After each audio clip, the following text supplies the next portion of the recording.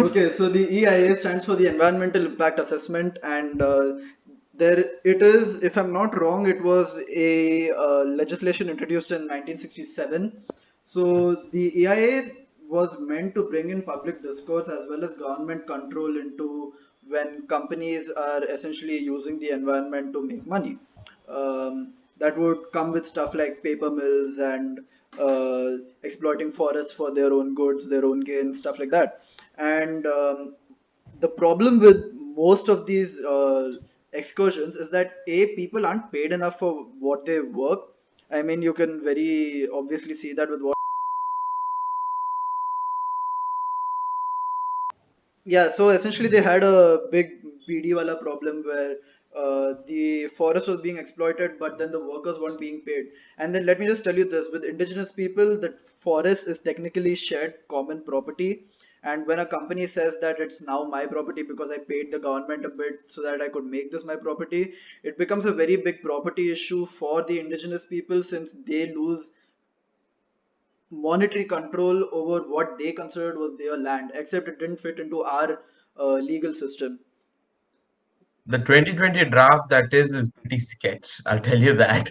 Okay, the basically everything that has to come up with what it says is basically uh you're given less time for people to think about or wonder or find information on what is happening when someone makes a project.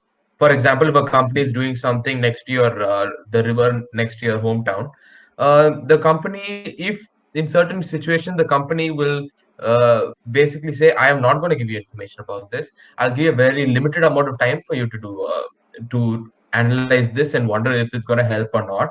Okay, and I don't exactly have to tell the government before starting the project. I can start the project and then tell the government, and the government's okay with it. I can just do whatever I want, and you don't have to say in that, right? Yeah. So So yeah, they essentially continue. brought down the time from 90 days to 30 days, I think, for the public assessment of the draft. 30 And days to 20 days. okay, okay, 30 days to 20 days. Yeah. And the big problem over there is that the public power has been reduced.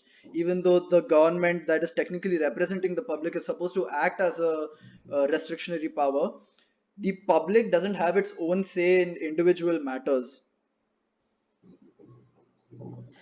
Yeah, but exactly. So it's pretty. See, it's weird. Like, what is the motive that comes up from doing this a in a in a project that's basically supposed to be for the benefit of reducing the impact on the environment, right? So in this, it basically seems very weird because look at it this way, right? If you for example limit the amount of information that people get and limit the time in which they can think about it or receive that information, the people who are affected, like people in villages who don't have like amazing access to the internet or to like the government resources, will be like, oh my god, what is going on? These guys are saying something, and then they'll only get to know about it after 10 days. They'll get 10 days to think about it, in which everyone has to argue, and by the end of it they'll be like, oh yeah, time's up, you can't talk about it anymore. What is Yeah, that? and that lack of reversal of decision after the public has taken a bad decision itself is a pretty egregious thing. It's actually a very important for public discourse to exist on a topic. The fact that we're talking about this is actually a huge deterrent to corporate interest in certain places like the Northeast, which is heavily not exploited right now. It's not been penetrated by idiots trying to make money off of trees, essentially. It I can mean, reduce the, what do you call that, logistics thing. Like you can fast track all the, Exactly. You can skip red yeah, tapeism essentially. yeah, exactly. That's the only thing that I can see. And red tapeism is a big problem in our bureaucracy, frankly. But then the Yeah. problem is that even within this red tapist system, um, isn't it the government that interferes more with the problem than the public? I don't see. So if you're making the argument that the EIA 2020 draft is a ploy to reduce uh, public interference in projects that are really important for the public themselves, if you're saying that is the problem, then shouldn't it be that the government has to take responsibility for that, because what it's saying over here is that the public is taking responsibility. When you give the when you reduce the ability for the public to interfere by 10 days, you're saying that it is the public's problem over there, that the red tapeism is occurring due to the public. Instead, don't you think that's happening due to the government? Okay, if I wanted to take the devil's advocate side here, let's look at it this way. Okay, the public are three things. Okay, one, they generally follow the latest trend. Okay, they don't know what they want most of the time. Okay, and if we let them keep talking, okay, let's say we give them 100 days, they'll keep talking for 100 days, and the chances of them reaching a decisive conclusion will still just go on until the end. Right. So the more you reduce it, the more you streamline the way the people think about it. And the fact that you're talking about the government's responsibility, okay, the government did its responsibility. It followed what the rules that it set out, and it fulfilled that, and it's giving a chance for the public to do what they're supposed to do. The public's responsibility themselves. All right, but then would you say that political representatives are not genuine representatives in many regions?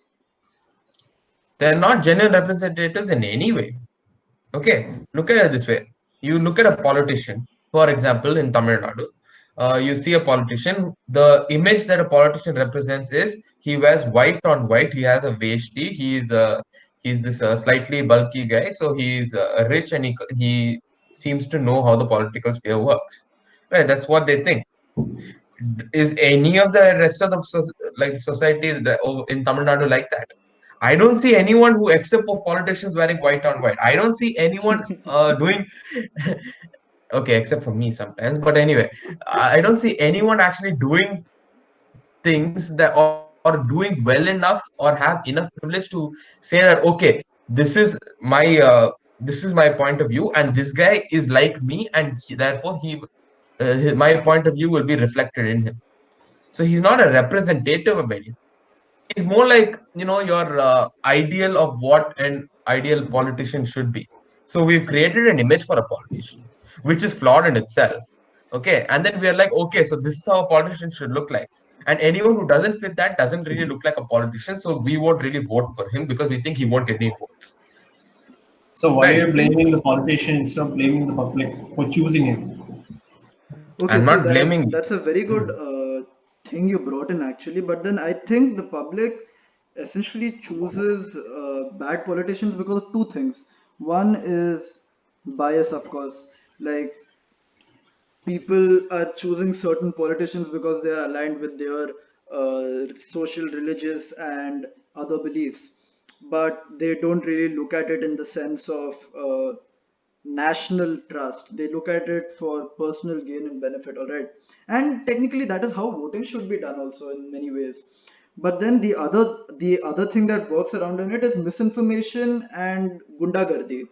Gundagardi is a huge problem in our political system, and misinformation is an even bigger problem because everybody thinks that, as Rahul described this dude wearing white on white, everybody thinks that this dude wearing white on white is a really, really nice guy. And look, he's going everywhere, he's saying namaste, namaste, namaste to everybody, and he's acting really nice, but then suddenly you'd never know what they would do for votes. They can instigate riots.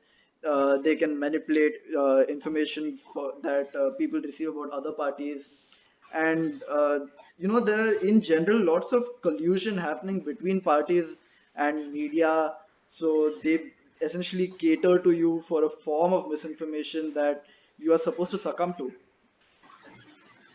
Yeah, and with that, one more thing, like how the voting here works is like I know so many people who vote for an MP depending upon who's the contestant for the PM post. No Yeah, one yeah. specifically looks at the MP's caliber. It's just the okay PM. Then if he's the PM candidate, I'll vote for this party or something like that. That is how most of like my contacts and stuff they do. Yeah, and that's So ridiculous in a state like India where actually the PM doesn't have supreme control, so to speak.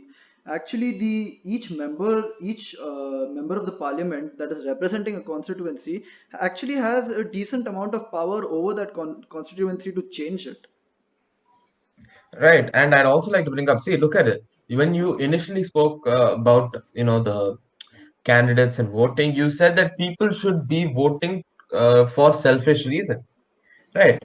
And for in truth, that's actually the most ideal situation when everyone votes depending on who they prefer themselves. Right. Like, I like this guy. That's why I'm voting for him. I like this guy. That's why I'm voting for him. On the other hand, the reason why, that's when you actually see that, okay, when you're relating to this person, that is your actual opinion. That is your actual representative. On the other hand, these people generally vote thinking, okay, it's like a betting game. They think it's like a match. Who's going to win? Right. So they'll be like, okay, so this guy keeps getting like 40 votes. He's like most likely to win. He scores at this much. Okay, fine. I'll vote for him so that my vote doesn't get wasted.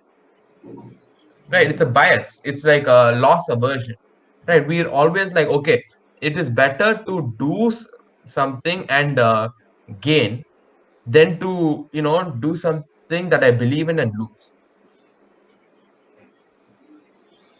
I think earlier now you had brought a decent point about privilege.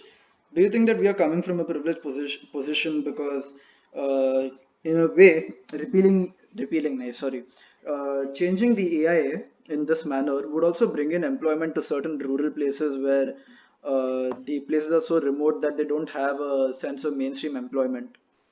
I mean, technically, we are all top one percenters in this country, and we are also benefiting from corporate interests. So, to an extent, it's also hypocritical to say that we don't want such an influence of corporate interest in those areas. See, that's the thing. We are privileged, but that's the reason that we are allowed to talk about it, because we not only have been given the privilege by our upbringing, okay, but because we have something, we need to use it. Otherwise, it's a wasted resource.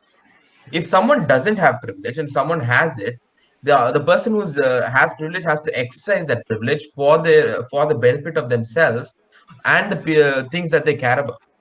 Right. If you have the privilege of having a good, well balanced family, then you have to exercise that privilege so that you actually develop yourself and maintain that family henceforth. Right. It's not like, oh, I have this privilege and therefore I should feel shitty about it. It's a good thing you have the privilege.